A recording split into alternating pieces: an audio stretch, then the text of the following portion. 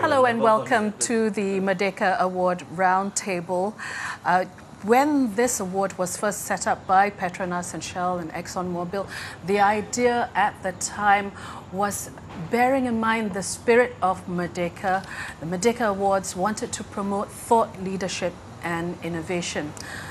The first time we held the roundtable, we looked at the question of the spirit of Merdeka, nurturing a nation of visionaries. Today we're going to look at innovation, not just innovation per se, but innovation, the culture, and in challenging times.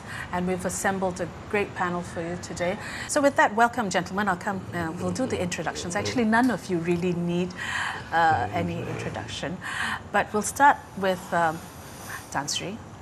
Thing is, most people say, well, you know, it's a question of perspective, how you look at it. So you need people, you need the organizations, you know, you need the institutions, and then you need to look at it in the context of our culture, our way of thinking. There's a lot of, you know, thought and debate that Asians, Malaysians cannot be because, you know, we don't want to brag. We don't talk big. We'll say, oh, well, you know, I didn't do very much. This is not a big thing. So we tend to downplay. We tend to, you know, not say, I'm doing something good. What are your thoughts on that?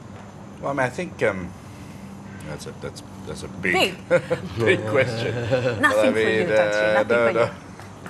I mean, this is a pet subject of mine, actually, yes. Innovation, and I think it's so critical for the development of our country. But it's not something you can really teach. It's not something that you can program. It is creating lots of little ecosystems to make sure, and yes, culture does play a part.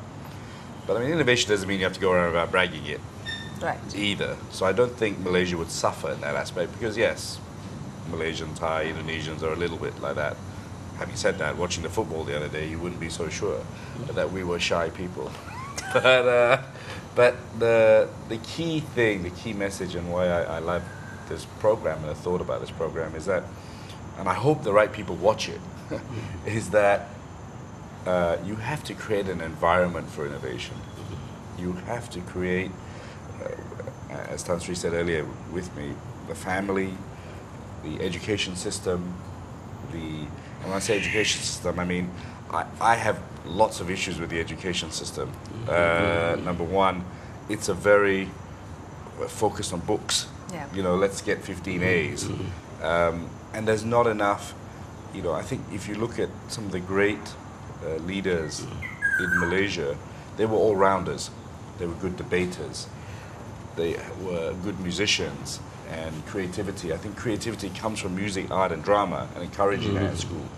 Leadership and innovation also comes from the sports field by creating teamwork. Sure. And I think our schools have lost a lot by just focusing on academics. That education to me is about bringing out the mind, and you bring out the mind in music, art, culture, and you bring out creative thought on the sports field. You know, when you're playing and you're interacting, that's creating the environment. So I think we have a long way to go, and I think the education system plays a big part. And can I just one more thing? Yes. Is that I think sometimes when you go against the norm in Malaysia, you can be whacked. You know, if you go and say, no, this is wrong, because you think you need to change. You need to change. Change management is good. You know, I've had that constantly over the last 10 years. When I say, oh, this should be better, or we should try and change this, or we should do this, it's seen sometimes as insubordinate, or why you're challenging the norm. But we should praise people who want to try and challenge the norm, who want to try and make things better. You know, we've fought many battles, but 130 million people have flown on AirAsia, and so many people have come here. Tourism has grown, etc. So the culture part is that innovators, the Steve Jobs of the world, challenged the establishment, went against the music industry, went against Microsoft Windows and, you know, the conventional ways of doing things. The so-called conventional and in America, wisdom. They're praised. Right. You know, Southwest Airlines, Herb Kelleher is like a national hero for going against the establishment and creating something.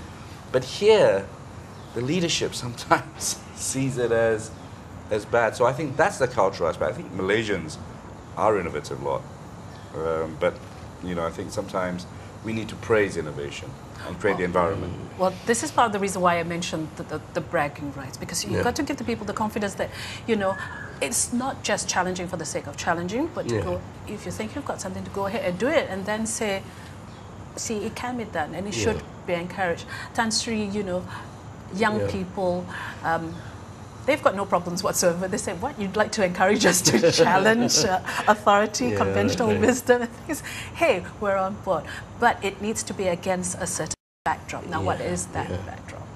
Well, you know, way back in 1986, actually, I got a group of people and said that should we form a inventors club, you know, and they all agreed, and by 87 we already formed one. And the idea was that we know the Malaysians are inventive, but some of the inventors or innovators are very shy people.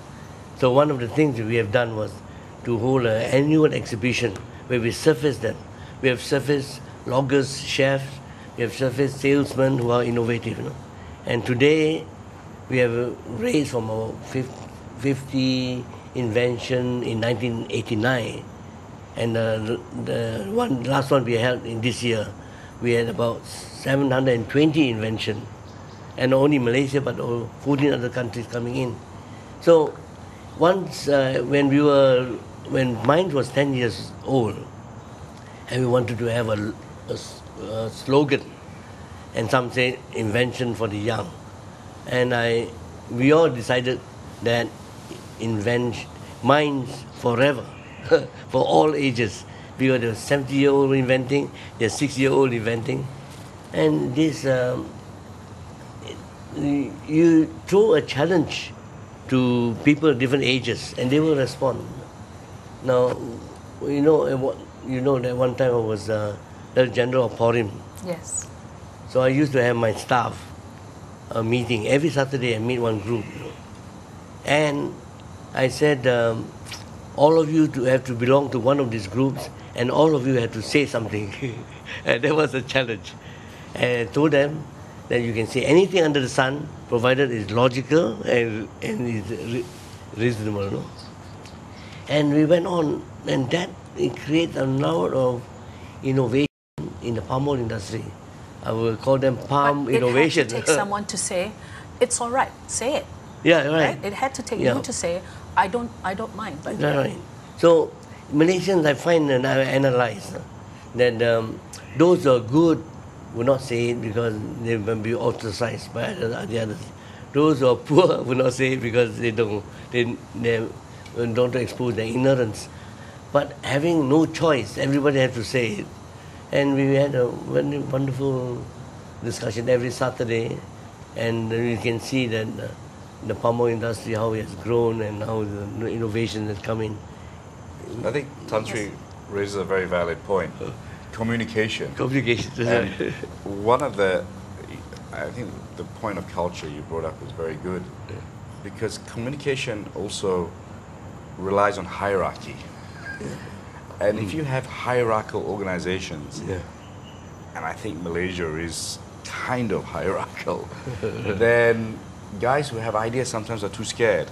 So I think Tan Sri created an environment that, hey, it's okay to give ideas, you know, and to communicate and talk. But it can be done. You've done it with your organization. Yeah, I mean, I think we have a very, very flat structure. You know, I've dressed up for Astro and Merdeka Award today. Professor took his jacket off. I normally come in a QPR shirt. But we deliberately dress down. We don't have officers. It's a very flat structure. We don't have titles, per se. And I always say I'd rather have 9,000 brains working for me than just 10. So if you create an environment where everyone feels equal and there is a freedom of expression, anyone can give an idea and they can tell the CEO, that's a dumb idea, or why don't you think about that? That provides a very powerful machine, you know, and that's kind of our secret weapon.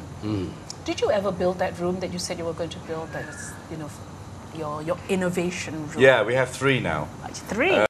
And it's really it's more of a image, you know, because innovation should happen every minute of the day, and innovation is linked with change management.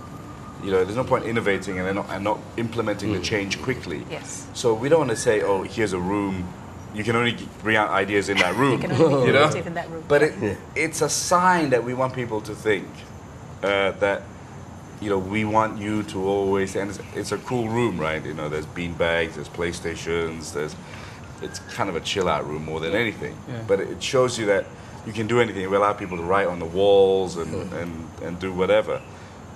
But again, the form isn't right, because you can't say, oh, you can only innovate when you go into the room, you know? Yeah. I know Professor has got lots to say about that. We're going to take a quick break right now. We're going to go for a quick break. We'll come back. We'll ask Professor Zaini what his thoughts about that, and whether he thinks, does wearing a tie restrict you from, or constrict you, and you're not able to be innovative? We'll take a quick break and we'll be That's why right I took back. his jacket off. Yeah.